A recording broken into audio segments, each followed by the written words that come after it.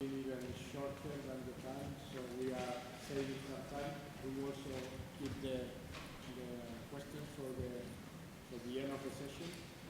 So we are going now with the next presentation. I guess it's Andrea. Yeah. Okay.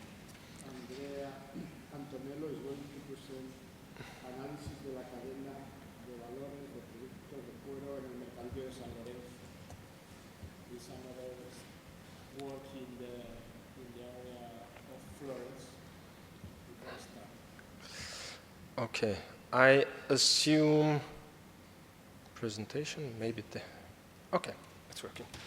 Okay, good afternoon.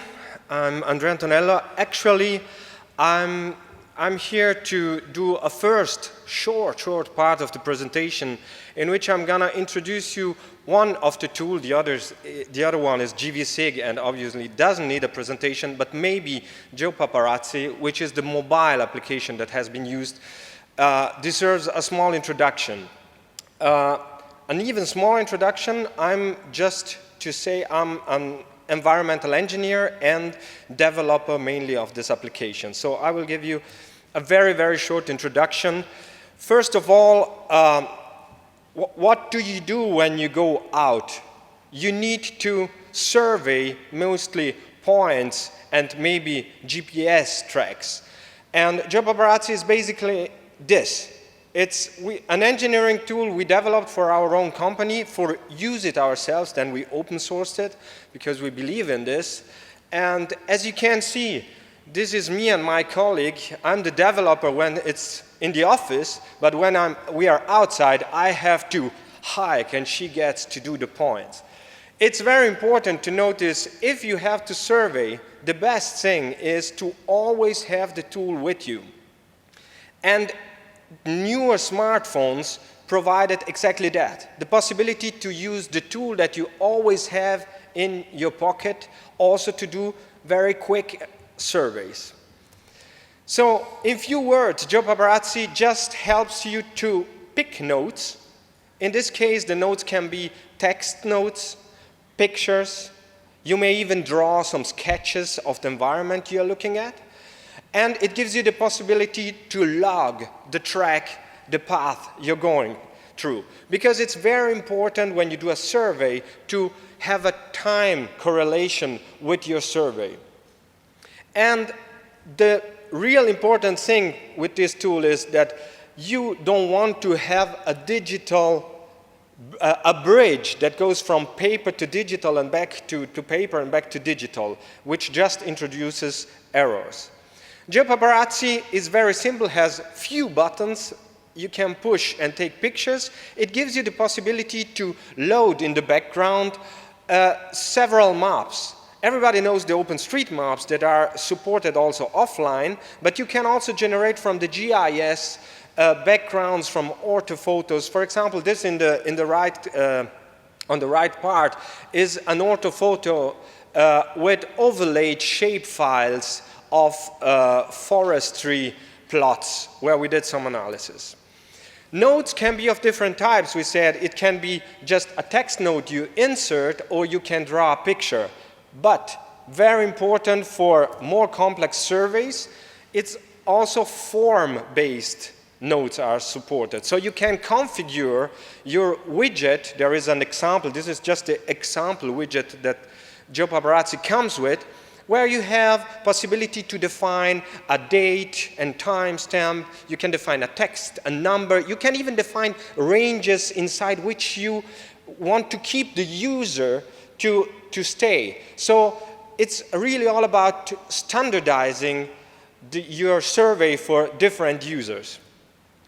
Notes and bookmarks, which can be placed on the map, can then be navigated and stored and re-edited. So complex forms can be opened and saved and opened back again. Some information can be added even after the survey. The support for the maps you see in the background, as I said, are OpenStreetMap based, but you can also load WMS. Actually, you can load WMS layers And what GeoPaparazzi will do, it will collect the tiles as they come when you're online and put them into a database for later use, for offline use. And you can also create, with some tools, databases that can simply be viewed offline. Because at least where we live in the mountains, internet connection, when you start to go out in the woods, gets very humpy. We have two types of data. The ones you survey, which we said are points and nodes for points and GPS tracks, but you can also load spatial light layer. Spatial light is a database which is getting more and more in use, and it is supported also on Android devices. And there you can load, as a background cartography, you can load polygons and lines, everything that fits inside a spatial light database. Recently, a new feature has been added. It has been funded by the Research Foundation for State University of New York. We were really happy when this happened. And they are doing surveys for invasive species, and they needed to have support for polygonal editing so that you could define areas and also edit areas and edit attributes in the attribute table. So what we developed is this part where you can open a toolbox inside which you have tools to select, edit attributes, and also modify layers. These are just small examples. You should just download it from the Google Play on your Android phone and just play with it.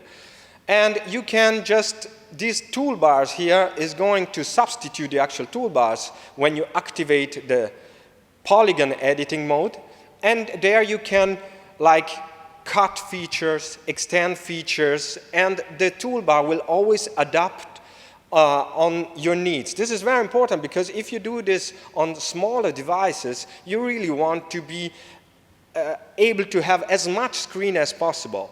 And also, since you're in the field and it's all very dirty and you touch when you don't want to touch, there is always a preview mode that will allow you to go back. There is an undo that works back until you do the commit of the data in the database. So you will be asked, and it will tell you from now on, that's it. So you would have to remove it if it's not. Okay. Last very quick things are, what do you do with the data when you come back home? There is this tool, which is called Stage, but actually I was late because I was talking to some gvSIG guys that how this could be brought inside gvSIG directly. For now, there is this tool, which is a standalone application you can download there. There is also a video that will show you how to use it, where you can just load your GeoPaparazzi database, and it will convert you everything in it into shape files and charts of profiles. It will export the log lines. It will create project metadata files. And you can then import everything in your favorite GIS. Very last slide. I told you before, you can create layers where you can show orthophoto with overlaid shape files and things like those. This also needs, there is a tool, in the same tool, there is a small module that will give you the possibility to say, okay, this TIFF with this shape file on this region, create me the database to put on GeoPaparazzi. You just push the button, it will create it, you bring it on your phone, and you will have the background layer available. And I think that's really all. It was very quick, but I'm trying to get back the delay we created. So I will leave it to the speaker that really did the work, Elsa.